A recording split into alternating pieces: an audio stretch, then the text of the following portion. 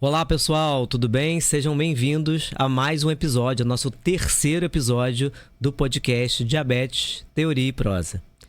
Hoje, o nosso episódio tem como tema principal insulinização. Então a gente vai falar um pouco sobre insulinas, tempo de ação da insulina, proporção de insulinas. Será que existe uma quantidade de lenta, de rápida, de uma proporção correta, né? Hoje eu tô aqui novamente com minha companheira de podcast, a Renata Monteiro. Olá, pessoal. E hoje ainda a gente trouxe uma convidada muito especial, né? A Caroline Pedrazzi. E, Carol, é um prazer ter você aqui hoje com a gente, né? A gente trouxe você para escutar a sua história, para a gente entender um pouquinho, né, como o diabetes surgiu aí na sua vida, como essa questão das insulinas aconteceram. A gente já vai bater um pouquinho de papo. Sim. Pra gente começar, Carol, me conta quando, né? Queria que você se apresentasse primeiro, né? E contasse em paralelo quando que apareceu o diabetes aí na sua vida. Então, eu sou Caroline, né? Eu tenho 30 anos e com 24 anos, mais ou menos, foi quando eu comecei eu ia ao ginecologista toda semana, porque eu falava pra ele, olha, eu tô com um problema, doutor, eu tô com algum problema hormonal. Eu achava que eram questões hormonais. E aí, quando ele chegou lá, ele falou, o médico mesmo, sem exame, ele falou pra mim, olha, procura um endocrinologista e diz que você está com resistência à insulina. E aí eu fui em busca, e aí realmente eu fui diagnosticada com resistência à insulina. Aí comecei aquela dieta louca, que a gente sofre, perdi 13 quilos, fiquei magérrima. E aí comecei com medicação. Aí as medicações não foram fazendo efeito, tudo mais. Com 25 anos eu engravidei. E aí na minha gravidez foi bem tranquilo até o 8º mês. No 8º mês eu fui diagnosticada com diabetes gestacional. Aí fiz pouco uso de insulina porque eu já estava adaptada a fazer a dieta low carb, né? Eu cortei totalmente carboidrato. Então fiz pouco uso da insulina, mas precisei usar a insulina na minha gravidez. Meu filho nasceu, Joaquim, meu precioso. E aí eu comecei não tomei mais remédio, não tomava mais insulina. Minhas taxas maravilhosas, eu não fazia nem hipo, nem hiper. Ou seja, foi embora o diabetes, graças a Deus. Foi embora, eu tô totalmente curada, acabou, não tem nada. Mas não foi bem assim. No aniversário do Joaquim, de 2 anos, eu comecei a me sentir mal, porque estava na pandemia também. Aí eu comecei a me sentir mal, mas eu já tinha o aparelho. Aí quando eu fui verificar, estava numa glicose de quase 300. Aí eu fiquei preocupada e perdida, porque assim, não sabia o que fazer. Aí eu lembro que eu bebi muita água, muita água, e no dia seguinte fui procurar um médico. Quando eu fiz o exame, diagnosticada com diabetes. Minha glicada estava 9. Aí comecei a tratar como diabetes tipo 2, de princípio, né? Sim. E eu lembro que eu comecei a tomar... Eu tomei muitas medicações. Você magra? Magra. Com quantos anos na época? 27, porque eu tive o Joaquim com 25, com 27 anos. Sim. Isso é legal porque já serve de um alerta, né? Assim, uma pessoa jovem, sem sobrepeso, né? Torna o diagnóstico de diabetes tipo 2 pouco provável, né? Então, é importante, né, para as pessoas que nos escutam, para os médicos que nos escutam, os profissionais de saúde como um todo, entender que para o diabetes tipo 2 aparecer num paciente tão jovem, né? Ou ele tem uma obesidade, né? Especialmente uma obesidade importante, né? Ou a gente tem que pensar em outros tipos de diabetes. E eu lembro que assim, diabetes nunca tinha passado pela minha cabeça, porque eu não tinha histórico nenhum na minha família, eu nunca tinha ouvido falar, nada muito próximo a mim. Então eu nunca pensei nisso. Mas aí fui diagnosticada e comecei a tratar. Com 27 anos que eu comecei a tratar. E aí eu passei por todos os medicamentos possíveis para diabetes tipo 2. E assim, não estava tão ruim, mas também não estava bom. Não controlava.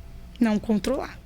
E aí eu tentava, e eu já estava ficando já de saco cheio de fazer dieta, porque assim, eu acho que o pior da diabetes é a privação. É a restrição. É a né? restrição alimentar. E nesse momento, para você manter ali um controle, você estava restringindo demais. Demais, que é o que aconteceu com Renata lá no início. Eu ia falar isso. Foi exatamente isso que aconteceu. Não queriam começar com a insulina e aí eu fazia uma dieta que era quase passar fome, né? E o que eu acho que me fez ficar bem no período do nascimento do Joaquim, né?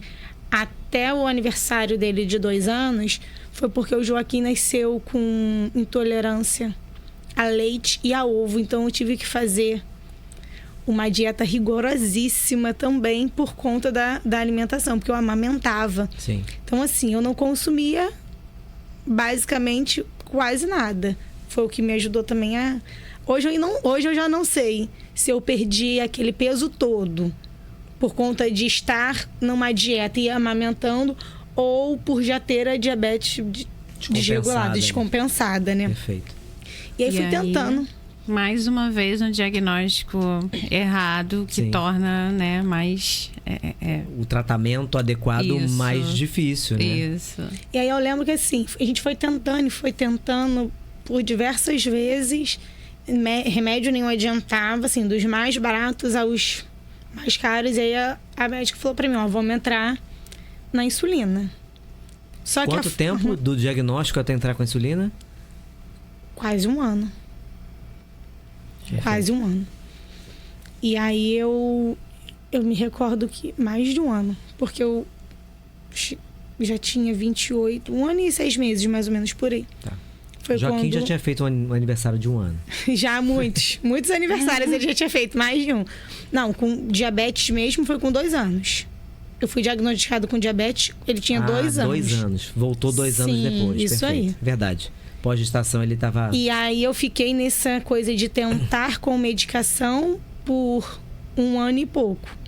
Foi quando a médica falou, não consigo, não estamos conseguindo com medicação, vamos entrar na insulina. E a gente começou na insulina, que é a insulina que eu uso até hoje, porém a forma que ela foi prescrita não estava resolvendo também. Uhum. Mas aí eu vim até já até comentei isso com a Renata, né? Que o que foi muito legal da parte da médica, que eu admiro assim demais, foi que ela foi sincera comigo. Ela falou, olha, eu te ajudei até aqui, mas eu não tô mais conseguindo te ajudar. Eu vou te encaminhar para o médico que manipule bomba, porque eu acho que vale a pena você ver, né? Abrir o leque e começar a pensar sobre isso. E aí foi quando ela me encaminhou para você. Quando você fala ali que você estava com as insulinas, né? E que não estava legal, o que não era esse legal, né? Em termos de controle? Porque eu ainda fazia muitas hiper e hipo. Eu vivia ou muito baixa ou muito alta. Uhum. Eu lembro que o esquema era assim, eu tomava basal de manhã, né? Uhum. E aí eu cheguei a fazer até 22 unidades. E a rápida, eu não fazia contagem ainda do carboidrato. Era de acordo com o esquema de glicemia. Eu lembro que tinha até 160, eu tinha que tomar tantas unidades, uma tabelinha. Uhum. E aí não funcionava, minha glicada não baixava e eu passava muito mal. E a insulina que eu comecei... Minha primeira insulina que eu comecei a usar foi a NPH. Que eu lembro que eu pegava no posto. E aí, com ela, era uma coisa assim, eu não conseguia. Eu preferia ficar com a minha glicose alta todos os dias do que tomar insulina. Porque quando eu tomava, eu passava tão mal, eu fazia uma hipo... que eu demorava muito a voltar. E eu ficava pensando assim, gente, mas será que eu tô fazendo errado, né? Tô aplicando a insulina errado. E não era. Eu só fazia muita hipoglicemia mesmo com a NPH. Aí a gente passou para basal e para rápida, né? Isso. É porque tem as marcas, né? Mas Basaglar. eu comecei Basaglar, a tomar a lenta, eu uso a Basaglar. Eu comecei a tomar a lenta a glargina. E a rápida. Isso. E aí você falou que você, nessa época, usava 22 unidades de insulina basal. Sim. Né? E hoje você usa quantas? 17. 17. Ainda uso uma quantidade, né? Mais ou menos. Sim. É importante, né? 2 coisas eu quero já pontuar tecnicamente nesse contexto, né? Para as pessoas entenderem. Quando a gente insuliniza um paciente com diabetes, né? A gente tem que pensar que existe uma proporção né, de insulinas, né? É muito comum na sua história, né? Primeiro, 2 cenários, né? O médico, quando ele vai insulinizar, que ele tem pouca experiência com tratamento de diabetes tipo 1, que ele vai insulinizar um paciente com diabetes tipo 1, ele acaba, não está controlado, eu vou aumentando a insulina basal, eu vou aumentando a insulina basal, aumentando a insulina basal, né? E muitas vezes quando eu, né, você viveu isso provavelmente na primeira consulta, eu falo, você usa 22 basal, quanto em média você usa de rápida por dia? Né? Faz uma média para mim. Eu uso 22 basal, mas uso 15 de rápida. Né? E a gente já percebe que tem uma desproporção. Né? O correto, né, é que o indivíduo pelo menos use meio a meio, ou seja, metade de basal e metade de rápida na mesma quantidade, ou o mais ideal ainda é que ele use menos lenta, menos basal do que rápida por dia, né? Só tem uma exceção para isso tudo, no paciente que come pouco carboidrato, que faz low carb, porque ele vai precisar de menos carboidrato para corrigir a glicemia. Outro dado interessante é que... insulina para corrigir a glicemia. Menos insulina para corrigir a glicemia, né? Menos insulina para corrigir o carboidrato. Carboidrato. Isso. Outro dado interessante que a gente vê muito, né? Boa parte das vezes que eu pego um paciente de primeira vez, eu recebo um paciente usando correção conforme esquema de glicemia, né? Que é um outro erro conceitual importante no tratamento. Porque vamos pensar que a pessoa com diabetes tipo 1 está zerada de insulina. Então, eu sempre falo que quando a gente vai tratar o diabetes, o que a gente tem que fazer é imitar o que um corpo sem diabetes faz. Então, vamos pegar. Eu não tenho diabetes. Estou aqui com 80 de glicemia e vou comer um bombom. Meu corpo com 80 de glicemia vai liberar insulina para corrigir, né, para não deixar subir essa glicose do que eu vou comer. Quando eu corrijo conforme esquema de glicose, eu não contemplo uma variável importante que é o alimento. Né? Eu sempre converso com o paciente para ele entender que é o seguinte: olha, aqui no seu esquema tá de 100 a 140, aplica 1 unidade. Se você comer um pão, você vai aplicar 1 unidade. Se você comer 3 pães, hoje está com mais fome, você vai aplicar a mesma 1 unidade. Faz sentido? Não, não faz sentido. Né? Então, essa variável da alimentação, ela tem que estar inserida, a contagem de carboidrato, ela tem que estar inserida. E aí você fala, mas é aquele paciente que não sabe contar, que não aprende de jeito nenhum. Eu já tive esse paciente. O que a gente faz? Ingessa a comida. Né? A gente faz a mesma quantidade de carboidrato por refeição e dá opções. Olha, você tem 5 opções de café da manhã, todas elas vão ter a mesma quantidade de carboidrato. Né? Normalmente eu converso com o nutricionista e falo, vamos fazer isso. O paciente fica com opções, a mesma quantidade de carboidrato, e aí eu posso fazer uma tabelinha de glicemia e a quantidade de carboidrato, de insulina por carboidrato está fixa. E na verdade ele vai fazer contagem, mas em cima de uma lista de substituições de alimentos. Exatamente. Né? Então acaba ficando mais simples, mas eu contemplo essa variável. Sim. Então isso é muito importante para quem nos escuta ali, que está aplicando insulina conforme só para glicemia, né? Que procure um outro profissional para te ajudar, né? E voltando à questão da proporção, quando você fala lá, eu estava usando 22, hoje eu uso 17, ou seja, 5 unidades a menos, né? Eu lembro do seu caso lá do início, existia uma desproporção muito entre grande. O basal e o bolos, né? E algumas perguntas, né, quando eu já percebo ali na história que tem uma desproporção, eu falo, você tem muita hipoglicemia noturna, não tem? E o paciente fala, eu tenho. Se você atrasa para comer, você faz hipoglicemia, não faz? Faço. Por quê?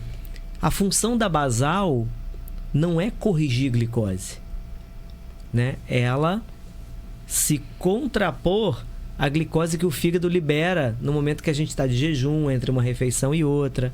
Então, se eu apliquei a basal, se eu ficar 24 horas em jejum, a minha glicose não pode nem oscilar muito para cima, nem para baixo. Tá? Então, num paciente com excesso de basal, o mais comum é a gente ter um excesso de hipoglicemia. Eu lembro que eu fazia muito consulta e assim, eu só pude perceber quando eu comecei a usar o sensor, né? Sim. Que aí eu acordava e quando eu ia verificar, eu via que eu passei a madrugada inteira fazendo hipoglicemia. Na verdade, até hoje eu ainda faço hipoglicemia dormindo, né? E não sinto exatamente nada. Mas uma coisa assim que me marcou muito é porque eu sou aquela pessoa, né, que tem necessidade de ter o controle de tudo, de saber de tudo. E eu lembro que assim, eu me sentia totalmente perdida. Essa foi a palavra. Você tem diabetes, tá? E aí? Agora vem insulina, vem injeção, vem... E aí? Eu sou professora, eu não sou enfermeira, eu não sou técnica, eu não sabia nada. Então eu ficava muito perdida. E eu lembro que eu cheguei no seu consultório, né, chorona, como sempre, que eu chorava muito, porque era um desespero. E é uma fala que você começou a explicar, e quando você começou a explicar tudo pra mim, eu cheguei, na verdade eu liguei pro meu marido e falei assim, você tá chorando ainda? Mas eu tô chorando, acho que é de felicidade, porque me deu um alívio. Eu criei tanta expectativa naquela consulta, que primeiro eu tive muita resistência em ir, e aí depois eu criei tanta expectativa. Quando eu vi que a expectativa foi maior, né, foi superada, ali pra mim foi uma alegria sem fim. E a informação, dali eu comecei a buscar muito mais informação, porque ali eu já tinha um direcionamento do que eu tinha que buscar. Aí eu comecei a caminhar e tô caminhando. Eu ainda sou um bebê ainda na diabetes. 2 anos de diagnóstico, a gente aprende muita coisa, mas ainda tem muita coisa para aprender, né? Mas eu hoje já me sinto só de poder comer. Pra mim já é maravilhoso. De não ter tanta restrição, né? Sim, sim. Não, é óbvio que a gente não vai sair por aí comendo tudo, porque a gente sabe que a gente precisa ter uma alimentação. Claro, como qualquer pessoa com ou sem diabetes. Exatamente, mas hoje eu me sinto livre. Antes eu sofria porque eu não podia comer. Hoje você pode escolher se vai comer mais ou menos. Ou menos, sim. Né? Hoje eu posso comer sem culpa. Sim. Sem aquele medo de estou me matando aos pouquinhos, porque é isso que a gente... É essa impressão que fica, né? Com descontrole, né? E esse é o senso comum das pessoas, né? Tipo, quando vê uma pessoa com diabetes comendo doce, fala... mas você come? Você quer se matar, né? Tipo, como assim? E as pessoas não entendem. E o povo às vezes olha assim, mas você podia estar comendo isso?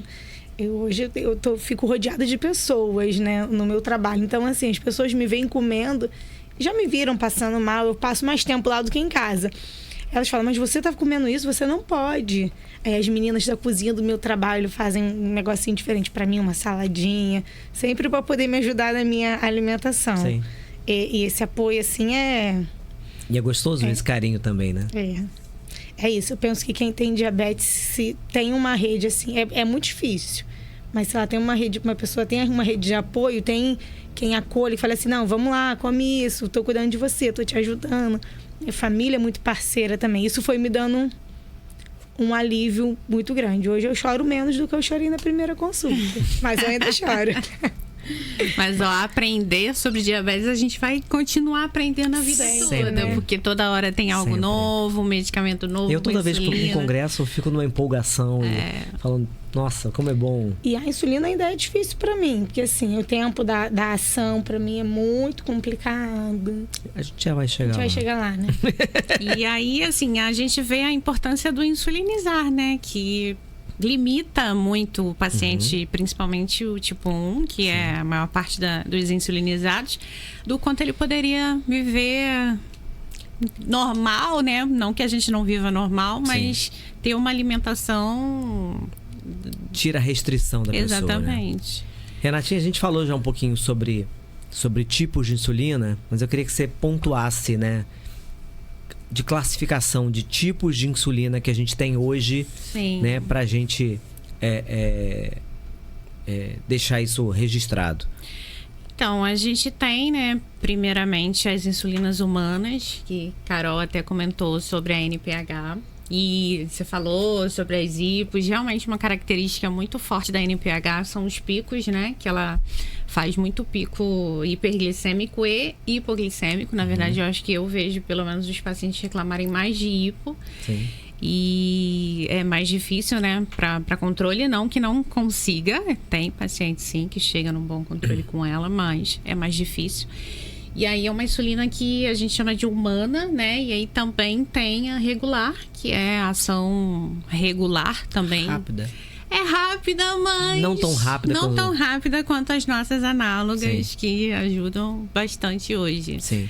E aí a gente, já falando de análogas, a gente tem aí uma leva, né, de análogas, que são insulinas, na verdade, sintetizadas em laboratórios, até partem ali da humana, mas tem uma combinação Uma modificação da estrutura da insulina ali, dos aminoácidos. E aí a gente consegue, né, ter uma ação um pouco mais parecida com a de um organismo que não tem diabetes.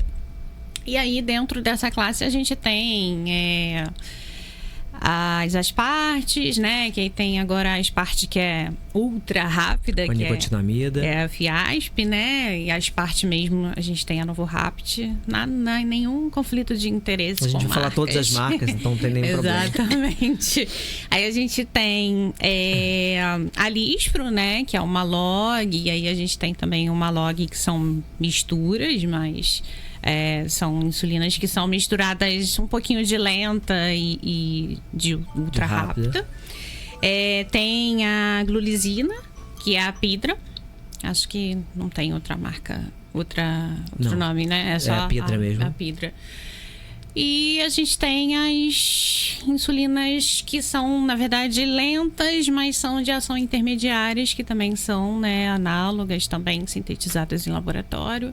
E aí a gente tem a Basaglar, né? Que na verdade é a Glargina, que é a Lantus também. E tem 3 marcas, né? Glargilin, Lantus e Basaglar. Então, mas acontece que a gente, pelo menos eu, assim, tenho 2 anos já que eu faço uso de insulina. E eu não tenho, assim, esse conhecimento. A gente vai pelas marcas mesmo, sim, sabe? Sim. A gente, um exemplo, eu falo, a Basaglar eu sei que a Basaglar é a lenta.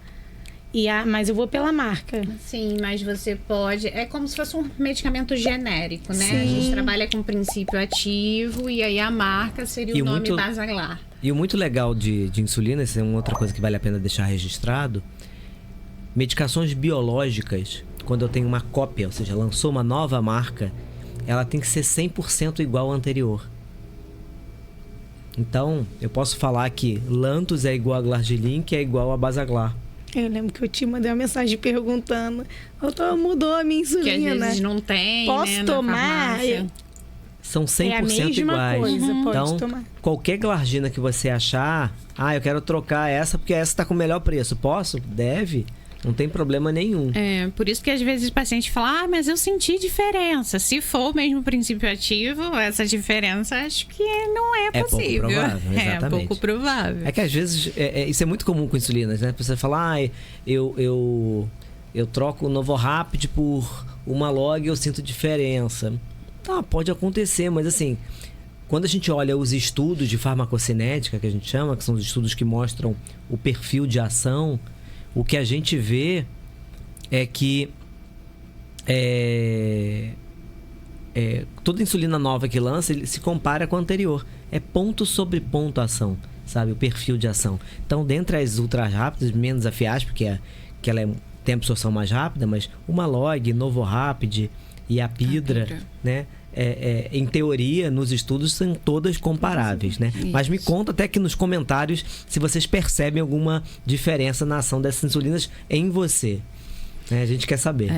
Sempre tem, né? Alguém que vai... Sempre, isso é muito comum. É muito. Essa é uma questão muito comum. Eu acho que é mais uma questão de preferência. De preferência. Né? É muito comum. O paciente fala, eu tava ganhando do governo tal insulina, mudou para tal e eu percebo que eu preciso de mais insulina ou menos insulina.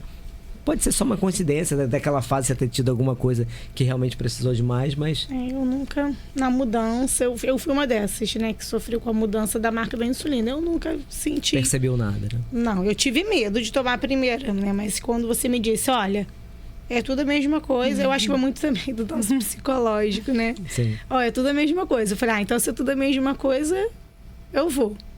Aí comecei a tomar e eu não senti diferença, não. O psicológico é muito comum, né? Essa coisa de... eu falo hipo, né? Às vezes o paciente não tá sentindo nada, faz uma... Esses dias a paciente falou, não tava bem e tal, fiz uma glicemia capilar e aí eu vi 48. Ela, doutor, comecei a passar mal. Agora. Agora, porque viu. Só na hora que sabe, Porque, viu, né? eu sou dessas, que eu só passo mal depois que eu vejo que O número, né? tá chegando lá. Porque é óbvio, né? Você sabe o perigo daquilo ali. Também, né? E o perigo, né? Então você dispara ali a reação de medo. E vai ter alguns sintomas que a hipoglicemia ativa o sistema simpático, que é o sistema de luta e fuga, e o medo também, né? Então se confunde também os sintomas. Sim, parece que dispara, né, um sintoma ali na hora. Exatamente. Então, para sintetizar um pouquinho o que a Renata disse, né, a gente tem uma classificação, né, de insulinas lentas, basais, e insulinas rápidas, né, que são para corrigir a glicose, né, ou para compensar o alimento. Né? Então, de lenta, a NPH foi a primeira que ela falou, uma insulina de ação humana.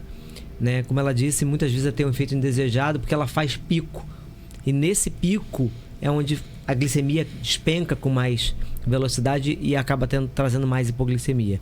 E a Carol comentou sobre isso, que ela percebeu isso e muitos pacientes percebem. O que a gente faz muitas vezes para minimizar isso? Aumenta o número de aplicações de NPH. Então, às vezes eu faço 3, 4 aplicações para esse pico ser menor ao longo do dia e a flutuação, né, acabar não, porque assim a quantidade de insulina naquele pico pode fazer mais força. Então, quando eu fraciono em 3, 4 aplicações, isso diminui a chance de hipoglicemia. Então, é uma estratégia boa, né? Embora não confortável. O paciente não gosta muito, mas embora o número de aplicações seja ruim. Bom motivo. Né?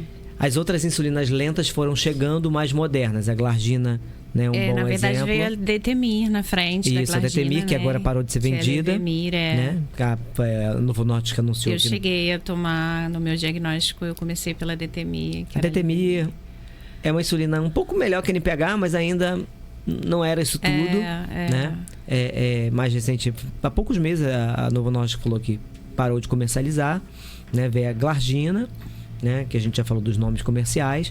A Glargina começou a ser uma insulina em que a gente percebe um perfil que a gente gosta bastante, né, que ela sobe, começa o efeito e tem uma ação sem grandes picos, né? Então isso se traduz em menos hipoglicemia. Então, quando o paciente sai de NPH e vai para a Glargina, ele já percebe ali uma diferença, né? E a gente, quando fala dessa Glargina, é importante a gente falar que essa é a Glargina U100, que tem 100 unidades por ml, tá? Tem a de 300 A 300 também. unidades. A gente já pode até falar dela, que é a insulina Toujeo, né? A Toujeo, ela tem 300 unidades por ml. Então, ela fica mais concentrada por ml. E isso faz... Não é que a insulina fica... Eu só vou aplicar menos volume, não. Isso fez uma mudança na forma com que a insulina age. Então, ela ficou mais estável, né? Isso, quando a gente fala estabilidade de insulina basal, a gente está falando de menos ainda a chance de hipoglicemia. Mais fisiológica. Ela é mais fisiológica. Então, a Toujeo... E a Toujeo se parece bastante com a insulina Tresiba, né? A insulina Tresiba tem um perfil de ação também lento, ultralento, que aí fica a Toujeo e a Tresiba. A Tresiba ainda tem, que é a insulina degludeca, né? A substância da insulina. Ela tem uma vantagem que ela acaba tendo um conforto na aplicação. Para a insulina Glargina, eu preciso ter um rigor ali. Se eu aplico todo dia, é 8 da manhã, é 8 da manhã. Né? A insulina degludeca, né? A Tresiba, ela dá um conforto de eu ter uma variação de até 8 horas de aplicação. Porque como ela tem um perfil de ação mais lento, se hoje eu aplico 8, amanhã eu apliquei 10 da manhã, eu não tenho nenhuma perda de tempo de ação de insulina, porque eu não fiquei descoberto ali nessas 2 horas. Então eu posso aplicar sem nenhum prejuízo. Então ela acaba... E isso, né, por essa característica mais estável, acaba gerando um menor risco de hipoglicemia, menor risco de hipoglicemia noturna no paciente que usa ela. Então, mas tem um custo mais elevado. Então, a gente sempre pesar ali, né, quando a gente está atendendo o paciente, o que faz sentido ali no dia a dia, né? E falam, né, pelo menos dizem na bula, que o tempo de duração dela seria de 48 horas, mas aí a gente precisa aplicar aí todos os dias. Então, a Tresiba, ela nasceu, né, com essa tentativa de fazer pelo menos uma aplicação dia sim, dia não. Né? Mas, na prática, o que a gente vê é só essas 8 horas a mais, essas 32 horas, que não dá para ficar cada dia aplicando num horário. Sim. Então, se convencionou, né, aplicar, né, todo dia num horário, gerando flexibilidade. Olha, eu tenho até 8 horas para aplicar ali. Né? Isso é muito vantagem, por exemplo, para aquele adolescente que estuda de manhã todo dia e aplica às 6 da manhã quando acorda, e aí no final de semana vai acordar 1 hora da tarde. Então vai acordar e ele não vai ter nenhum prejuízo ali na ação da insulina. Então isso acaba gerando ali uma vantagem, né? Entendi. Igual antigamente, que tinha que acordar mais cedo, tomar insulina, tomar café e voltar a dormir. Exatamente. Muitas mães falam, eu aplico nele dormindo, porque eu sei que ele vai acordar tarde no final de semana. Né? Então, com a Tresiba não tem essa necessidade. E muita gente até se assusta quando eu falo isso, que às vezes a gente esquece de falar isso na consulta, mas quando me vê em alguma live, alguma coisa falando sobre isso, fala, eu não sabia disso, mas realmente tem essa flexibilidade e é uma vantagem, né, boa, da insulina Degludec. Então, assim, na sua história é nítido perceber como essa mudança dos tipos de insulina impactou muito na sua rotina, né? Então, de muita hipoglicemia lá com NPH, né? Quando entrou com glargina, já mudou o cenário. Já mudou bastante. Né? Apesar de a gente já ter conversado que a basal no início estava com dose mais alta. Sim. Né? E quando caiu a basal? Menos hipoglicemia ainda? Eu acho que sim. Na verdade, eu voltei a ter muito aí quando eu associei a prática de esporte, né? De atividade física. Foi quando eu voltei a ter muita hipoglicemia novamente. Mas aí eu usei lá o aplicativozinho, aí eu boto, antes de ir pra lá, eu coloco atividade. Aí eu lembro que da primeira vez que eu fui botar, lá no aplicativo, eu coloquei assim, atividade moderada. E aí, quando eu cheguei em casa, eu fiz hipo do mesmo jeito, passei a madrugada inteira. Aí, no dia seguinte, eu falei com a minha coach, né? Eu falei, nossa, mas assim, eu passei mal de novo lá, porque meu médico mandou colocar atividade moderada. Ela falou, você falou pra ele que você é louca, que não tem nada de moderado, que é intenso. Eu falei, então, eu não contei. Eu falei só que eu ia fazer atividade física. Ela falou, então conta pra ver o que Conta na próxima. O que ele vai fazer. Mas aí, quando eu comecei a colocar atividade intensa, deu uma diminuída. Mas ainda acontece. Perfeito. Eu fico com medo porque eu não tenho sintomas, né? Mas acontece bem menos do que acontecia. Temos que ajustar. Eu ainda tô... A gente ainda tá caminhando ali, né? De 3 em 3 meses a gente vê o que pode melhorar, onde tá ruim, os puxões de orelha. Eu também confesso que eu sou um pouco rebelde, só um pouco. E o que mudou na sua vida? Como era a sua vida com insulinização não adequada, insulina basal em excesso, não contagem de carboidrato para agora? O que você ganhou na sua vida? Tudo. Tudo. Eu chorava, só chorava. Eu cheguei a fazer terapia, né? Na verdade, eu acho que eu tava vivendo um quadro de depressão. Eu só não conseguia, eu só não parei, assim, de trabalhar, de sair de casa. Mas eu só chorava. Eu era mal-humorada, eu tratava todo mundo mal. Era uma coisa, assim, horrível. Mas não era porque eu queria. Era algo que eu não conseguia controlar, eu não estava sabendo lidar com aquilo. E aí, quando eu comecei a fazer o tratamento, que em 4 meses a minha glicada saiu de 8,6 para 6,4, ali eu falei, opa, tô começando a achar o controle que eu tanto preciso. E aí foi me aliviando, porque eu vi que eu poderia chegar no controle. Às vezes iam sair do meu controle? Ia. Mas eu já tinha uma noção do que eu tinha que fazer.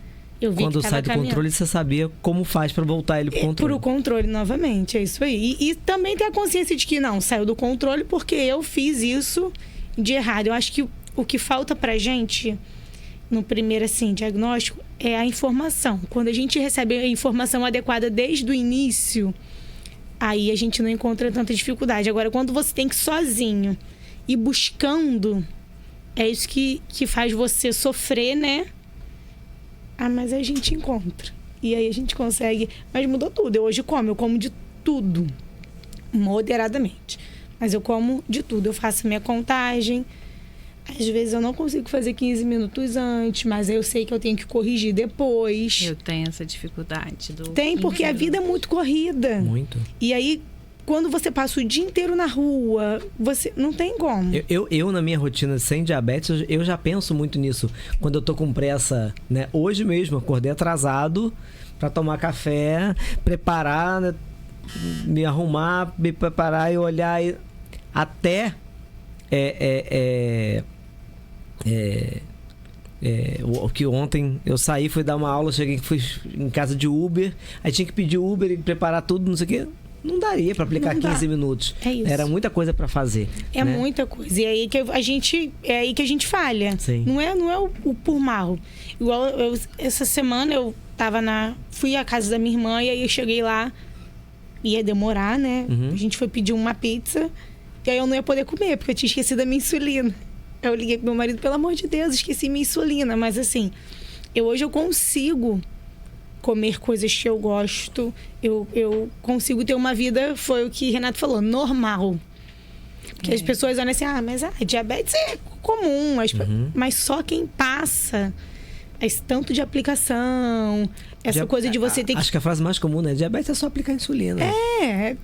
Só não comer açúcar. Só não comer também açúcar, é verdade. E assim, não é, né? É muito além. Seria até bom, né? Se fosse só isso. É muito além, porque você ótimo. tem que... É ruim, né? Mas... ter o controle de uma coisa que não depende só Sim. de você.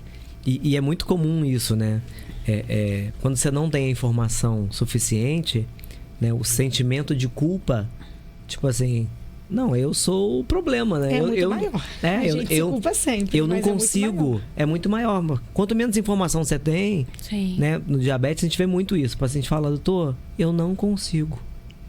Né? Na verdade, você não tem as ferramentas para conseguir isso.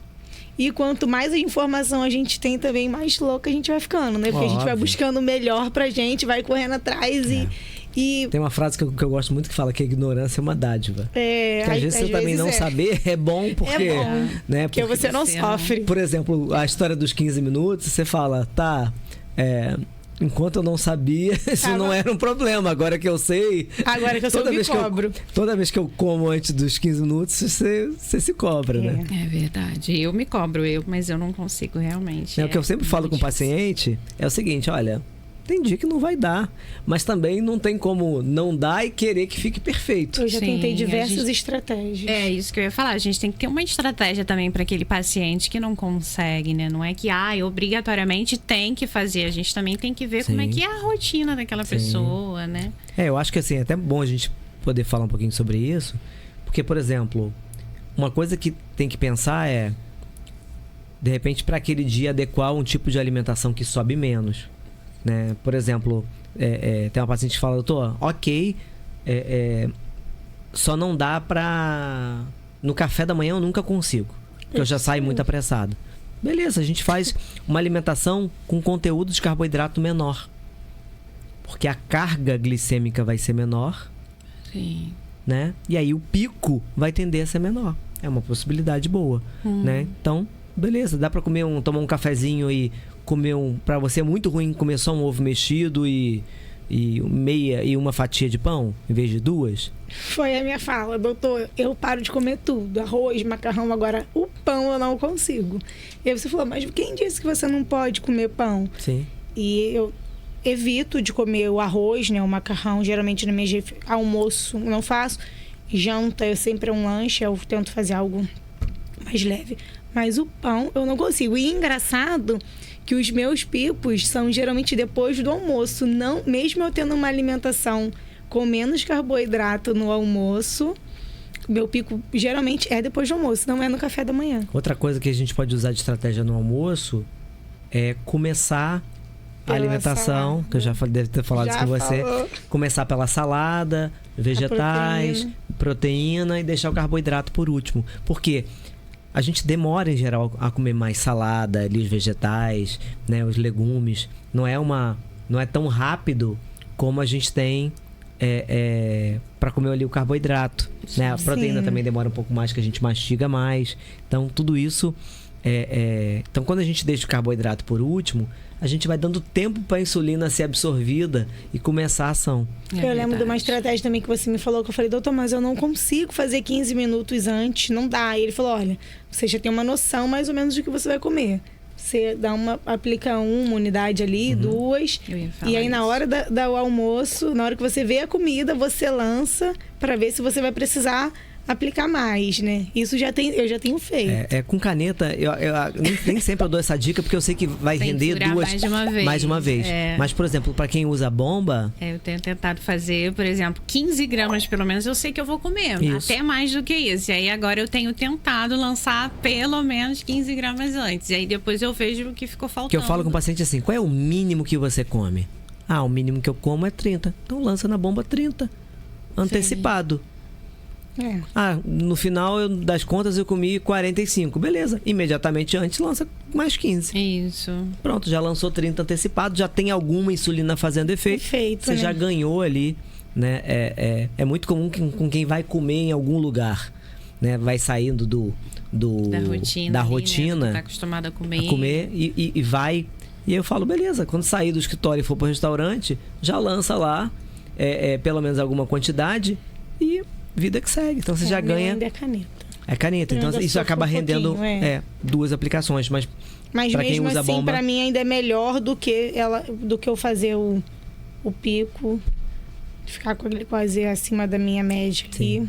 Eu ainda prefiro. E é o que eu sempre falo, ok, não deu tempo hoje, não espere também que a glicemia fique perfeita. Se ficar ótimo, mas isso é uma consequência, né? E é muito comum, né, do senso ali comum, quando a pessoa não entende essa questão e faz o pico, a pessoa fala, eu precisava aplicar mais unidades de insulina, né? E aí perdida. E aí entra até na pergunta aqui do nosso roteiro, né? Como é que eu sei se faltou insulina ou tempo na ação da aplicação? Perfeito. Então, essa é uma coisa... Eu até adoro explicar isso, porque assim, isso abre um pouco a mente. Então, eu vou usar 2 exemplos. O caso A. A pessoa chegou com 100 de glicemia antes da refeição, né? Não vou falar quanto tempo ela aplicou. 1 hora depois, ela estava com 230 de glicemia. Passou 2 horas, ela estava com 105 de glicemia. Tá? Então, 100, 230, 105. Faltou insulina nesse caso? O que você acha? Não faltou insulina. Concorda? Porque como a ação da insulina ela termina lá em 2, 3 horas, se em 2 horas a minha glicose voltou para o normal, a quantidade de insulina estava perfeita, que é o que acontece nesse caso. O que aconteceu? Por que então subiu para 230 se minha quantidade de insulina estava boa? O tempo. Né? Não casou o tempo de ação com a absorção do carboidrato. Então, eu vou aplicar a insulina imediatamente antes de comer, o carboidrato já começa a subir a glicose em 5 minutos, a insulina começa a ação em 15. E aí não casa. A glicose vai subir primeiro e a insulina vai correndo atrás do carboidrato para baixar ele depois. Então vai subir, né? Num outro caso, vou pegar aqui de novo o mesmo 100 de glicose, né? 1 hora depois tava 160. 2 horas depois tava 50. O que aconteceu? Tomou insulina demais, né? Então não fez o pico, né, anormal, mas gerou hipoglicemia em 2 horas. Terceiro exemplo, 100 de glicemia antes, 300 1 hora depois, 3 horas depois, 50. E aí? Corrigiu errado. Insulina demais. Ele pode ter corrigido no pico, mas tô falando que ele só aplicou insulina antes. Sim. Nesse caso, o indivíduo aplicou perto da hora de comer. Provavelmente era algum alimento que absorvia muito rápido, pode ter sido um doce. Sim. E aí, em doce é mais comum errar a contagem. Subiu demais, foi a 300. E aí lá 3 horas depois, como era insulina demais, fez hipoglicemia. Ou às vezes tem também que entra aqui na nossa outra questão. Se ele mediu 1 hora depois e viu que estava 300, pode ter ido lá e tomado uma outra dose para corrigir. Isso é uma coisa muito comum, né? Porque a pessoa vê, se desespera, fala, nossa, eu tava com 100, agora eu tô com 300, como assim? Então eu vou lá e devo aplicar a insulina. Então, e aí a gente já entra no assunto, até pra gente já falar quais são os tempos de ação da insulina rápida. Então vamos pegar sem ser a Fiasp, Novorapid, o Malog ou a Pitra. Então eu apliquei, eu vou começar o efeito em 15 minutos. E aí muitos pacientes falam, doutor, eu tenho pavor de aplicar 15 minutos antes, com 100 eu vou fazer hipoglicemia. Né? E eu sempre dou um exemplo seguinte, quando você está com 300 de glicose, você aplica a insulina, daqui a 15 minutos você olha a glicose, baixou muito? Aí a pessoa fala, não, eu tô doido para aplicar de novo até porque não caiu nada. Então é a mesma coisa, porque a insulina, ela começa uma ação fraca em 15 minutos. Então, a gente pode aplicar ali com segurança. Então, apliquei, 15 minutos vai começar o efeito. Aonde que começa a força da ação da insulina depois que eu aplico? 1 hora, 1h10, por aí. Então, eu sempre falo com o paciente, doutor, apliquei, quanto tempo? 40 minutos. Não tá caindo. Tá, aguarda. Quando for 1 hora, 1h10, você mede de novo e me fala.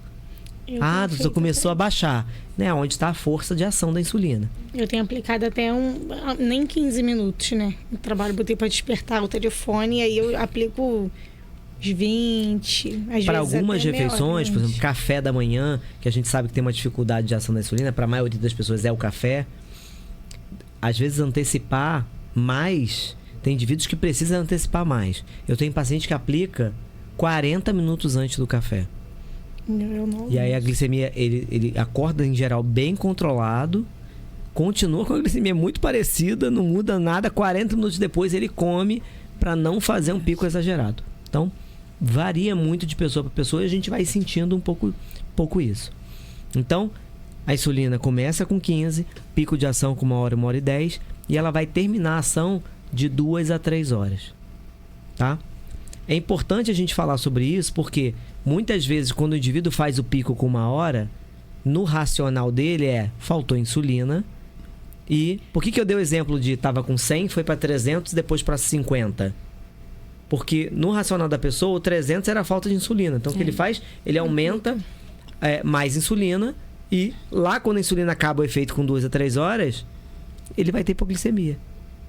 Porque aí tem a anterior, né? E tem essa que ele aplicou no pico que fazendo efeito ainda. E é importante, quando o indivíduo fala que ele precisa recorrigir, que ele espere a ação completa da insulina. Pelo menos 2 horas, que já acabou ali 80% da ação da insulina. Então, isso é importante para não ter sobreposição de dose. Se com 1 hora ele ficou desesperado, vou lá corrigir de novo, a insulina começou ali aquele efeito forte, e aí ele aplicou outra dose, e aí mais 1 hora aquela primeira dose acabou e tá no pico da ação da outra. Mas isso aí acontece quando a gente sabe que a gente falhou em alguma coisa, né? A gente fica desesperado para corrigir. Olha lá a carinha da Renata. Que é o que acontece. Tem que esperar as 2 horas. Tem que esperar. Pelo menos 2 horas. Ou o que se faz muito, né? Que ajuda muito, né?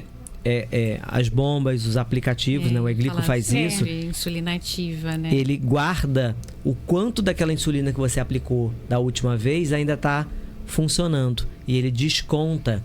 Sim. Né? Então isso acaba ajudando. É um recurso das bombas que a gente colocou no Eglico justamente para facilitar.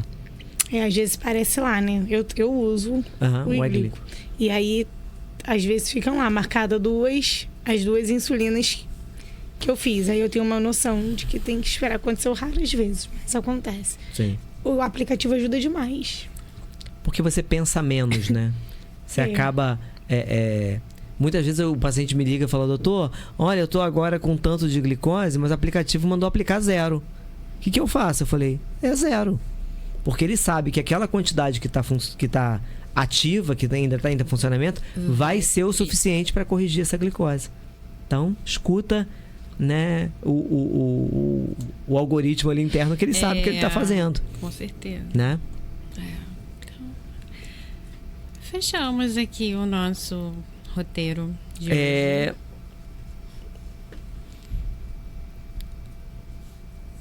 Mas eu quero te fazer uma pergunta, né? Falando um pouco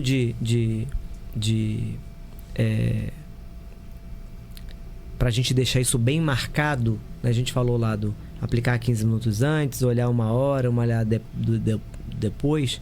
Mas a gente sabe que controlar glicose tem a ver com ver a glicose mais vezes, né? Até o nosso próximo episódio vai ser sobre monitorização. Então fiquem atentos aqui ao podcast, né?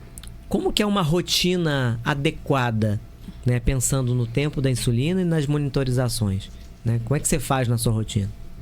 Então, uma rotina adequada seria principalmente um pré-prandial, né? Antes de comer, que aí a gente tem um valor ali relacionado à nossa insulina basal, seja em caneta, seringa ou bomba. E aí a gente consegue ver como que tá antes de comer. E um pós-prandial de 2 horas depois. Mas não são todos os pacientes, nem todos os médicos que querem essa rotina, até porque seriam 12 medições em média por dia, né? E acaba também que muitas vezes o pós de uma acaba sendo o pré de outra. Isso. É muito próximo. Acontece, por exemplo, no almoço, né? Um pós-almoço já está no café da tarde. Isso. Né? E aí a gente acaba juntando ali essas 2 medições, né? Mas o cenário ideal seria esse. O antes de comer, que a gente não vai ter ali a indução de uma dose ou de um carboidrato para mascarar aquela glicemia. E 2 horas depois, porque aí já deu o tempo da insulina agir e o carboidrato também sair daquela curva do pico de ação dele. Exatamente. E aí a gente acaba tendo, o que eu sempre falo, que aumentar o número de monitorizações, isso quer dizer que eu aumento a minha chance de colocar a minha glicose no alvo. Sim. Né? Eu sempre falo com o paciente, não enxergue a monitorização como algo negativo. Tá 200 agora, 250. Não. Olha, que bom que eu vi esse número, que eu tenho a oportunidade de colocar ele, de corrigir ele. Sim, isso, né? Que é o bom do sensor, né? É o bom do sensor. A gente tá ali o tempo todo vendo. Né? Então, mas para quem não usa sensor, né? E até para quem usa, muitas vezes o indivíduo tá lá com o sensor, mas não olha para a glicose, né? Então... Meu despertador tocou, tava na hora de eu monitorar. Meu médico mandou eu monitorar por volta de 3:30, entendeu? Aí o despertador toca. Então é importante, né, para o indivíduo ter quanto mais, né, principalmente para aquele indivíduo que fala: doutor, eu não consigo trazer essa minha glicada de 7 ponto alguma coisa para baixo de 7. Esse paciente, se ele monitora mais vezes, e obviamente eu falo que é monitorização com ação, né? A partir dali eu corrijo aquela glicemia, vou colocando ela no alvo, eu aumento a minha chance de trazer minha glicada para baixo de 7. Sim. Né? Então isso acaba ajudando bastante. Sim. Então, pra gente finalizar, eu queria, as duas como portadores de diabetes, eu não tenho lugar de fala aqui, né? Eu sou DM3 só um apaixonado. Né? Eu queria que né, começando pela Renata, depois a gente vai para a Carol, que é a nossa convidada, né? Que você, pensando nas insulinas, né, pensa como o pulo do gato, fala assim: depois que eu aprendi isso, ou fazendo isso no meu dia a dia, eu consigo um controle melhor. Então, eu sou suspeita de falar, né? Porque depois que eu mudei pra bomba de insulina, eu acho que eu não saio dela. Nem se surgir a cura agora, eu vou pular pra cura. Porque primeiro eu acho que eu vou deixar algumas pessoas experimentarem. Testarem primeiro. É claro, não vou pular direto pra ela, não. Então, assim, o meu pulo foi pro meu controle, realmente foi o uso da bomba. Porque eu não conseguia controlar. Eu pulava de um 300 para um 30. Era muito difícil. Eu tomava cerca de 9 aplicações ao dia. Então, assim, sempre foi um controle muito difícil, muito mesmo. E aí, depois que eu fui pro tratamento com a bomba, melhorou, assim, 99%, né, desse meu controle. Ficou bem melhor. Não que eu seja 100% na meta o tempo todo, mas fez bastante diferença para mim. Perfeito. Fazendo um adendo técnico ali, o que a gente ganha com a bomba é, primeiro, precisão na dose. Eu consigo aplicar 1,2 unidades. Então, precisão, né? A gente vai usar só insulina rápida, né? A gente consegue flutuar o basal com a necessidade do paciente que a gente vai percebendo, então tudo fica mais fisiológico, né? É importante para o paciente que sai das múltiplas doses na caneta para a bomba, que ele entenda bem todo esse passo a passo de contagem, de tempo de ação da insulina, né, de frequência de correção, para tudo dar certo, porque senão até com a bomba, né, a gente vê isso com alguns pacientes que não entendem esse raciocínio, às vezes, né, tem uma prescrição adiantada do processo, que ela não é a cura de todos os problemas. Sim, até né? porque com a bomba a contagem de carboidrato é a chave ali do processo. Muitas vezes, né? os pacientes ou as mães já ouviram falar essa frase, né, que a mãe fala, não é hora de colocar bomba nela agora? E aí eu falo, olha, a bomba eu falo, para fazer uma analogia, é a universidade. Hoje você está no primeiro ano. Então a gente na primeira consulta, recém-diagnosticado, a gente precisa entender cumprir algumas etapas e alguns conhecimentos para a gente chegar na universidade. Mas a gente vai chegar, a gente está nesse processo para a gente chegar. Eu lembro que a fala foi essa de é preciso aprender a contar carboidratos. Quando você já estiver sabendo exatamente como conta, aí é a hora de colocar a bomba. A minha tão sonhada bomba. Vai chegar. Tá chegando essa hora, né? Então, pra gente finalizar, Carol, fala um pouquinho, né? Qualquer coisa que você quer deixar para as pessoas que estão ouvindo. Não precisa ser nada... Mas pode chorar? Pode falar tudo que você quiser falar, né? Pra gente finalizar esse episódio com emoção, sem emoção, do jeito que você quiser. Para mim, a chave foi a contagem de carboidratos, né? Porque foi o que me ajudou muito. Hoje eu uso a insulina de forma mais adequada, foi o que me deu mais liberdade, foi o que mudou mesmo a minha vida. Ainda não tá sendo, né, o suficiente, eu ainda tô indo e vindo, fazendo hiper. A gente tá em busca da bomba. Como a maioria das pessoas estão, né? Isso é muito legal, desculpa de interromper, mas as pessoas, a rede social, ela é excelente, mas ela muitas vezes traz uma falsa impressão, não só para diabetes, para tudo, né? Sempre a grama do vizinho é mais verde, né? Eu falo que ninguém posta glicemia ruim, né? Eu adoro. Só posta unicórnio, né? Todo mundo só posta unicórnio, a curva retinha, e aí muitos pacientes falam para mim, doutor, como que eu consigo aquela curva reta? Eu falei, aquela não é uma curva real. Aquele foi um dia, né? Aquele foi um dia. Eu faço questão. Eu tô num grupo, né, que eu sou administradora com uma outra pessoa e nos dias que eu não tô bem, eu posto foto lá. Porque eles acham que eu sou o exemplo, que eu nunca tenho uma hiperglicemia. Tenho, sim, igual todo mundo. E a gente veio conversando no carro que, assim, o mais difícil, eu acho, que da diabetes é a gente ter que ter o controle. Para mim, sempre vai ser isso. O ter o controle é muito difícil. Eu te falei isso na última consulta. Eu cheguei lá falando, tô cansada disso, tô cansada daquilo. É muito difícil você ter o controle o tempo inteiro. Então, você tem que preparar bastante seu psicológico e buscar o que é melhor pra você. Porque o que é melhor pra Renata não é o melhor pra mim. E assim, a informação tá ali. Vai ter quem dê. Mas se a gente não for lá, se a gente não correr atrás... a gente realmente não tem um tratamento ideal. A gente não pode fazer o que está na rede social, o que todo mundo faz. Deu certo com ele. Tá, deu certo com ele, não tá dando certo para mim. E eu acho que quanto mais a gente colocar isso para as pessoas, para o público que tem diabetes ou não, quanto mais as pessoas entenderem que cada caso é um caso, eu acho que a gente vai conseguir tratamentos melhores na sua individualidade. Perfeito. Excelente. Excelente. Então, é muito importante, né, pra gente finalizar, justamente isso. Acho que eu não conheço uma doença tão individual quanto é o diabetes, né? Então, cada um vai ter o seu diabetes e a gente vai personalizar, né, o cuidado, o tratamento, a educação, porque... né, você chegou para mim sem contar carboidrato, o outro já vai chegar sabendo contar, e o outro mas não sabe, às vezes, uma informação que é muito mais básica, às vezes, do que contar carboidrato. Então, a gente, durante a consulta ali, perceber esses gaps de conhecimento e